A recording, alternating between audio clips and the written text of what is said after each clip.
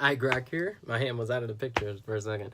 I come to you with a pretty interesting topic today. I want to really dive deep into exorcism. Is it a rite or is it a rite? I just realized because the video is recording in front, that probably looked like it was the right and that looked like the left, but this is the right, that's the left. You get it. Anyway, so the thing that I wanted to bring up in this video was really, I know exorcism is the title, but the meat of the subject is that you have authority over what is manifested. And if there is any other being that is trying to take your authority, or you are giving your authority over to some other being in order for manifesting, then you are not necessarily putting out the full amount of vibrational energy that could allow for that manifestation in the first place, because you're allowing someone else to do it for you, or you're not allowing someone else and someone's impeding on your ability to do so. But again, that's why I brought it up through exorcism. I thought exorcism would be a really good way for you to understand how the spirit works. Spirit you can think of as a sort of pure or oneness. Pureness of spirit is having a strong, clear, unwavering intention. So you can think of a spirit essentially as a manifested intention, so to speak, because our spirit, as I defined it earlier, is the expression of our true self. So it includes the intent, the desires of our true self, of our soul, not necessarily of the physical body, but of the soul, of the true self.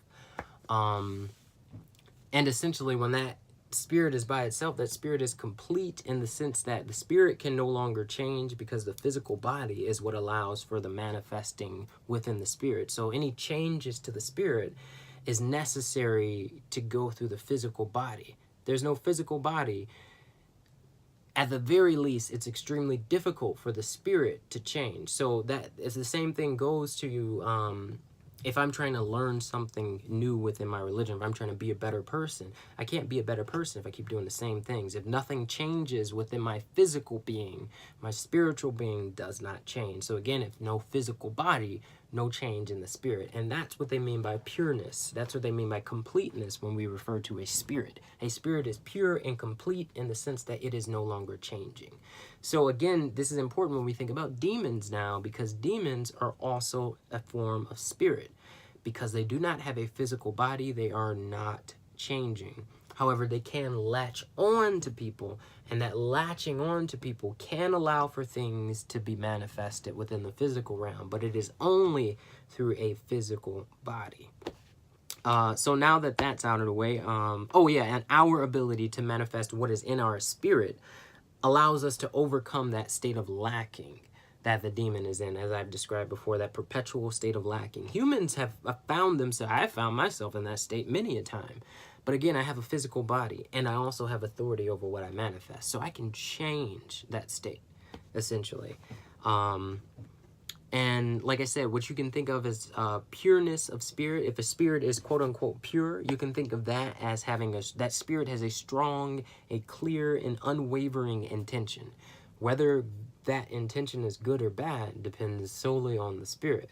But again, pureness, don't think of good and bad with pureness. It's just whether or not, it's just oneness. It's just completeness. It is just unwavering intention. So essentially, there are some major differences, as you've noticed, as I've been speaking, between what is considered spirit or demon and what is considered man. Spirits are alive, not in the same sense that we physically have described life, but they are alive in the spirit realm, quote unquote spirit realm. But they cannot easily change or do work within the physical realm. They need a physical body to do so. Obviously, man is alive in the physical realm, but man also has access, a sort of access pass to the spiritual realm, because we're made of spirit and of dirt and of clay. We have a physical and a spiritual part of our being. Spirits also do not have a physical body, like I said earlier, so they can't store energy in their physical body. But they do need that energy to survive. So how do they get that? Again, latching on to a being or an entity is how they supply themselves with energy. That being or that entity is in the physical realm, though. Again, humans or man can store energy within its physical body for its spirit to use for manifesting. Very easy to understand. And then the last thing, spirits are able to freely navigate the physical realm, but they need help to manipulate space and matter. So to actually do work, the same idea, they need help. But man can navigate the spiritual and physical realm, can manipulate the spiritual and physical realm, and can do so with or without help from a spiritual entity, because man has complete authority over the physical realm, but also what is manifested through spirit in the physical realm. Okay, so when man is trying to go into the spiritual realm, we do not have complete dominion over it, but we do have authority over whatever in that spiritual realm is being manifested into the physical world. And this is why we have the power to exorcise demons. But I'm going to get more into that right now. Essentially, you can think about most exorcisms failing. I think that's a good place to start. Let's think about why most fail. You can essentially think about it as not clear intent or having a wavering intention. You can think about name any movie with an exorcism in it that has a priest who's coming with their cross, and they're basically hiding behind the cross, shaking, trying to quote the scriptures that's supposed to exorcise the demon, but their words have no power. Their words literally have no power. Why is that? It's not because they're in the wrong religion. It's not because they haven't, well, it is because they haven't been trained properly, but it's not because they need to go through another 3 years of exorcism training before. No, it's because they do not have the message in their being. They essentially have not grokked what it means to exorcise a demon in the first place.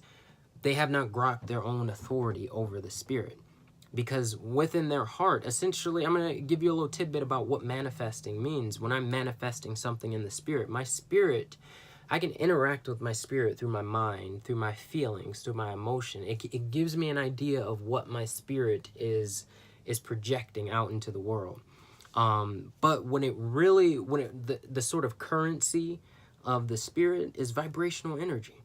It's all about vibrations. If you ever heard somebody say, "Oh, I'm getting real bad vibes from them," that's essentially spiritual language. That's a spiritual currency that you're receiving, because vibrations are how the spirit understands what the physical body desires to be manifested.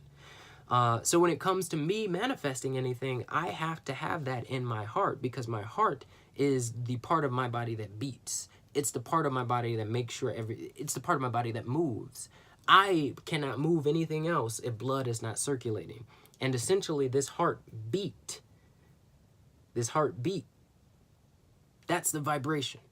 So in order for you to manifest something in the physical realm, that thing has to be not only within your mind, but also resonating within your heart.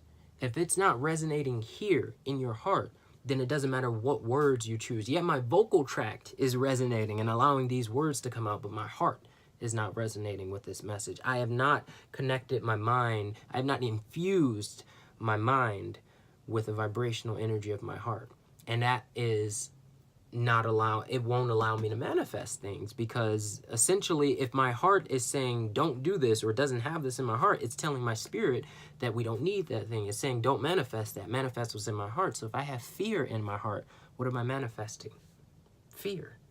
And essentially a lot of these priests that go into these exorcisms have fear in their heart for lack of understanding. And that fear, ironically, is what goes and feeds the demon more, because, again, as I explained earlier, demons being in that perpetual state of lacking, they can feed off of that energy from sin, being cut off directly from God. If anything, that is their major source of energy, is sinful action. Because, again, they need that energy to survive. They need, essentially, anything of God is something that it's harmful to their being. It's just like me drinking poison. To a demon, that is God's word. God's word is like poison to the demon, because the demon is trying to do things not of God, and God's word is of God. So I don't think I need to go into depth on that idea, but essentially you can think of the idea of as above, so below, which is one of the 7 hermetic principles And this is really, well, vibration also, that's also one of the 7 hermetic principles. So you can think of both of those in there. But essentially using the spiritual realm for work in the physical realm. This is what you're doing. You're utilizing the spiritual realm for work in the physical realm. How do you do it? Basically, you control what you create in the physical realm. What you create with your hands, what you create through the vibrations of your mouth, what you create, whatever you're projecting into the physical realm, you create it by first experiencing it in the spirit, experiencing it. So your heart is vibrating with it as you experience it, and then you manifest it. And manifesting doesn't mean make something appear out of nothing. Work in the physical realm is not, it doesn't work that way. But you also can use the physical realm for experience and influence to and from the spiritual realm. So what I mean by that is I control what I feel and what I project into the spiritual realm by what I say and what I do in the physical realm. And again, this is as above, so below.